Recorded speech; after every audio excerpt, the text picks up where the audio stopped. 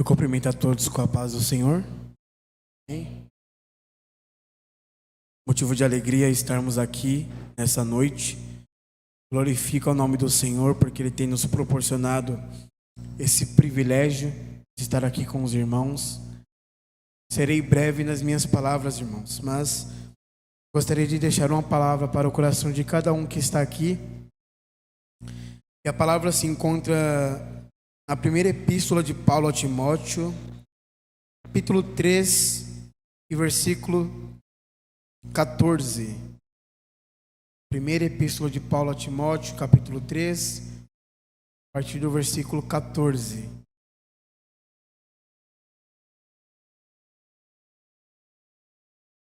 Os irmãos encontraram? Amém? Podemos ler? Diz assim a palavra do Senhor: Escrevo-te estas coisas, esperando ir ver-te bem depressa. Mas, se tardar, para que saibais como convém andar na casa de Deus, que é a igreja do Deus vivo, a coluna e firmeza da verdade.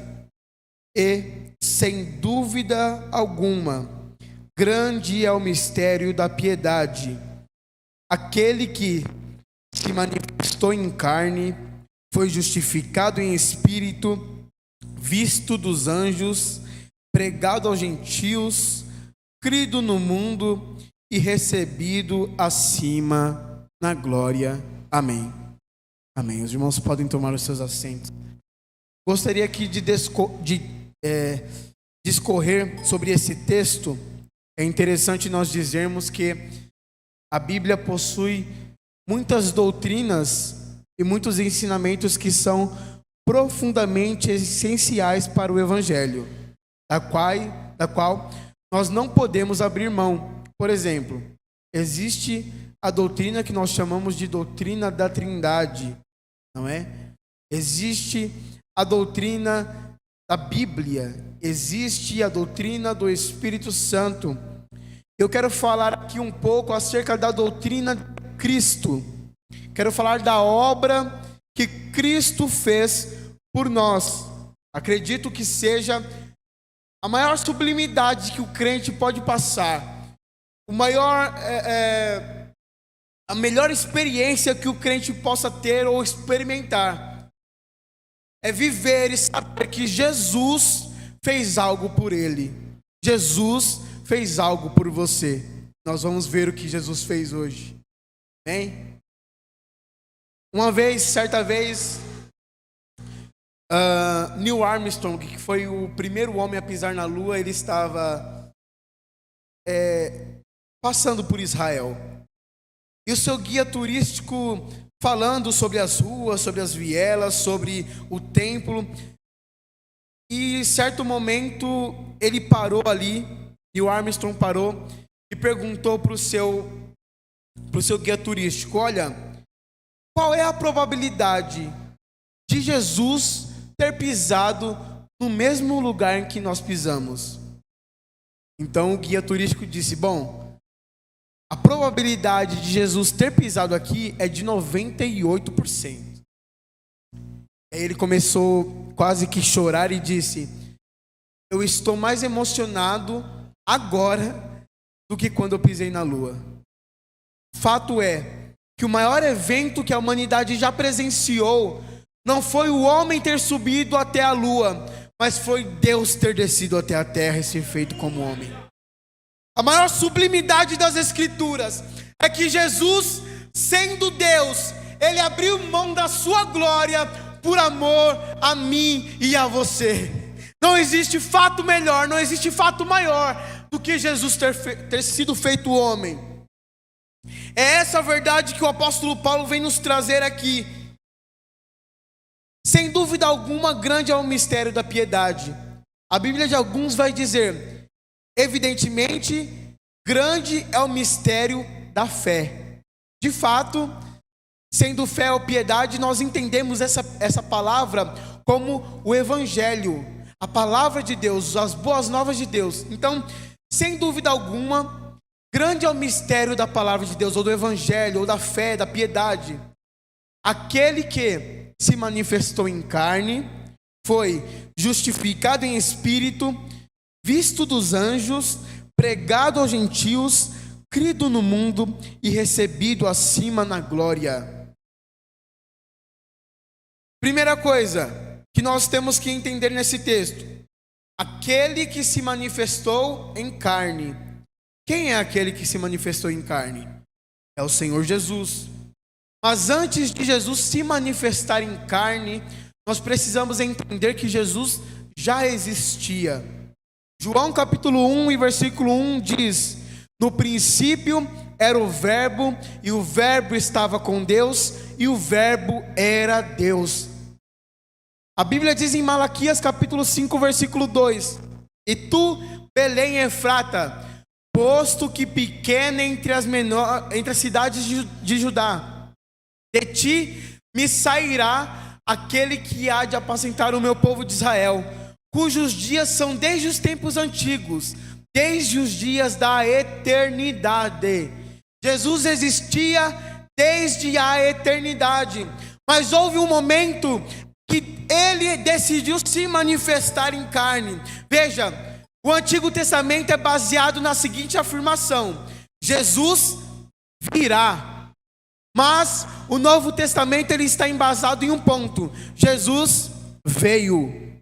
Talvez na sua vida, até agora, você vive da promessa de que Jesus viria, mas hoje você vive do cumprimento de que Jesus veio. Ele está aqui nessa noite. Ele há de fazer alguma coisa pela nossa vida. Apocalipse capítulo 5, irmãos. A Bíblia vai dizer que um grande anjo, ele tinha um livro na sua mão. E ele gritou: olha, quem é que é digno de abrir o livro e de desatar os seus 7 selos? A Bíblia diz que nem nos céus, nem na terra, nem embaixo da terra, ninguém ousou pronunciar uma palavra sequer. E aí João, vendo aquilo, ele disse, eu comecei a chorar, porque ninguém era digno de abrir o livro e desatar os seus 7 selos. A Bíblia diz que um dos 24 anciãos chegou até João, tocou no seu ombro e disse: não chores, eis aqui o leão da tribo de Judá, a raiz de Jessé, o que foi morto. Ele é digno de abrir o livro e desatar os seus 7 selos. O médico, irmãos, não é digno de curar ninguém. Não adianta dizer que não é. O advogado, ele não é digno de fazer nada pela nossa causa. O policial não é digno de nos dar segurança. Mas não chores, eis aqui o leão da tribo de Judá, a raiz de Jessé. Ele foi morto, ele reviveu, ele é digno de...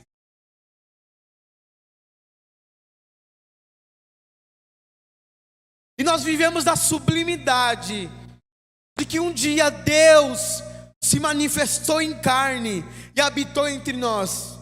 João diz: nós vimos, a nossa mão tocou a palavra da vida. Nós vimos com os nossos próprios olhos. Aquilo que antes era uma promessa, agora era um cumprimento. Aquilo que antes era um sonho, agora estava sendo realizado. Jesus se manifestou em carne entre os homens. E existe uma verdade das Escrituras que é muito importante nós dizermos essa noite. A verdade de que Jesus não é simplesmente um profeta. Jesus não é simplesmente um homem iluminado. Jesus não é simplesmente apenas mais um que havia de vir. Não. Jesus é o próprio Deus. Jesus é o próprio Deus. E como nós podemos entender isso? A Bíblia diz, nós já dissemos, João capítulo 1, versículo 1 diz que no princípio era o verbo estava com Deus e o verbo era Deus. A Bíblia vai dizer, entre tantos outros textos, como por exemplo, João capítulo 8, Jesus ele diz: olha, antes que Abraão existisse, eu sou. Isso nos remete ao texto lá de Êxodo capítulo 3, quando Moisés perguntou para Deus: olha, se alguém perguntar para mim, quem é o Senhor, qual é o seu nome, o que é que eu vou dizer? E o Senhor disse: olha, diga que eu sou. Só. E quando eu te enviar, e quando perguntarem quem eu sou, você vai dizer: eu sou, me enviou a vós.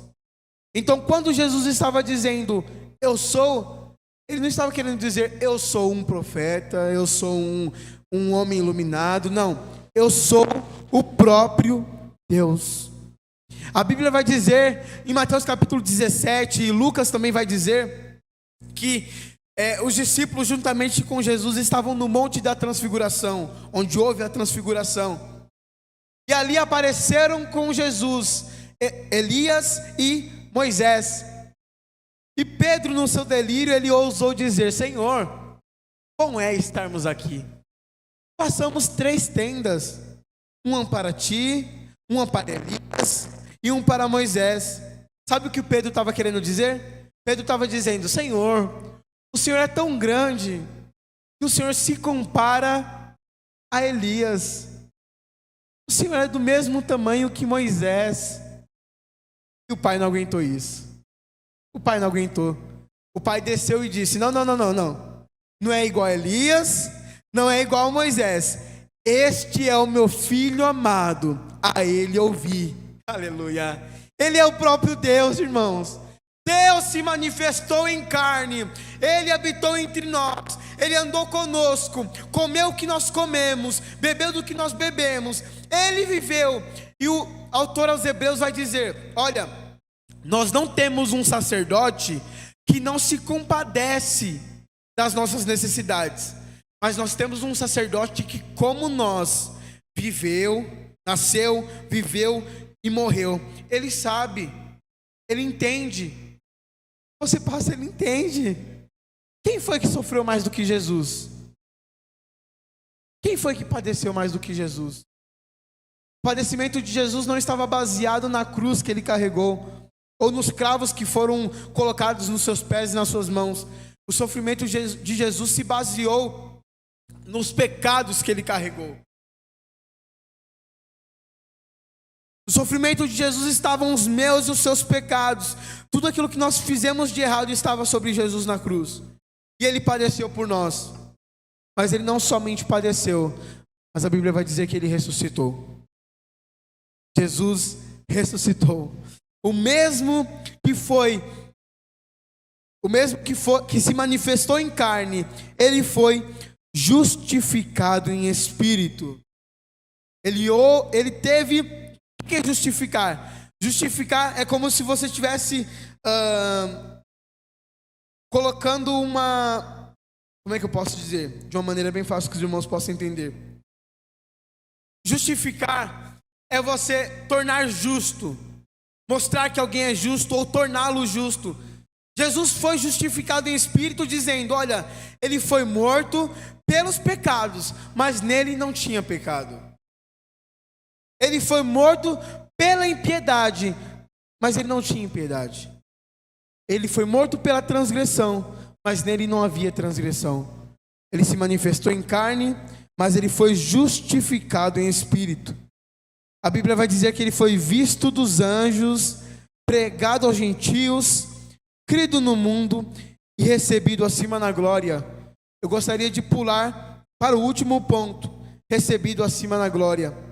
O apóstolo Paulo vai dizer: de sorte que haja em vós o mesmo sentimento que houve em Cristo Jesus, que sendo em forma de Deus, não teve por usurpação ser igual a Deus, mas aniquilou-se a si mesmo, fazendo-se na forma de servo, achando-se na forma de homem, e sendo achado na forma de homem, aniquilou-se a si mesmo, até o momento da morte, e morte de cruz, pelo que Deus o exaltou soberanamente, para que ao nome de Jesus se dobre todo o joelho dos que estão no céu, na terra e embaixo da terra, e toda língua confesse que Jesus Cristo é o Senhor, para a glória de Deus Pai.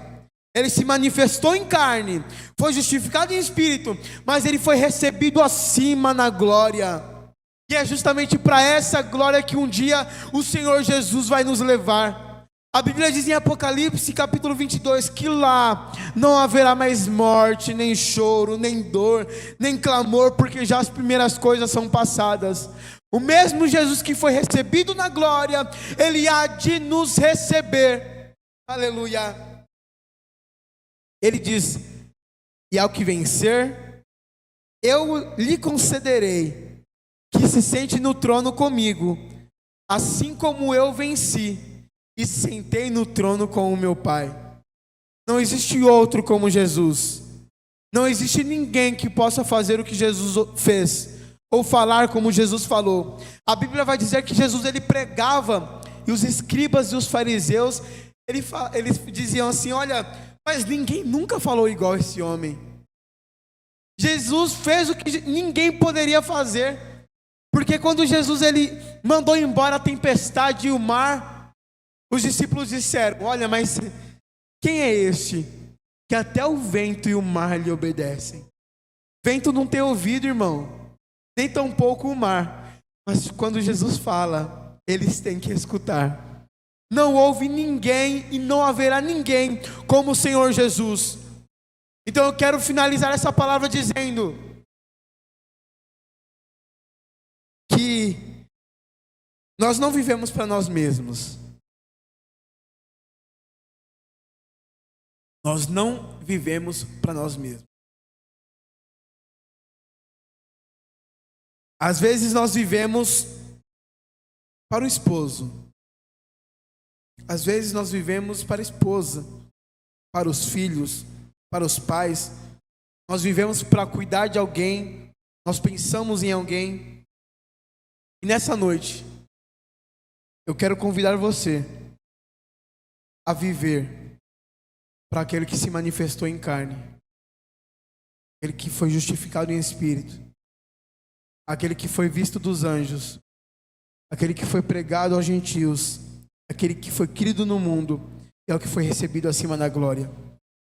Eu quero convidar você a não desperdiçar o seu tempo, a não desperdiçar as suas vontades e os seus desejos, mas gastá-la aos pés daquele que foi morto e que reviveu.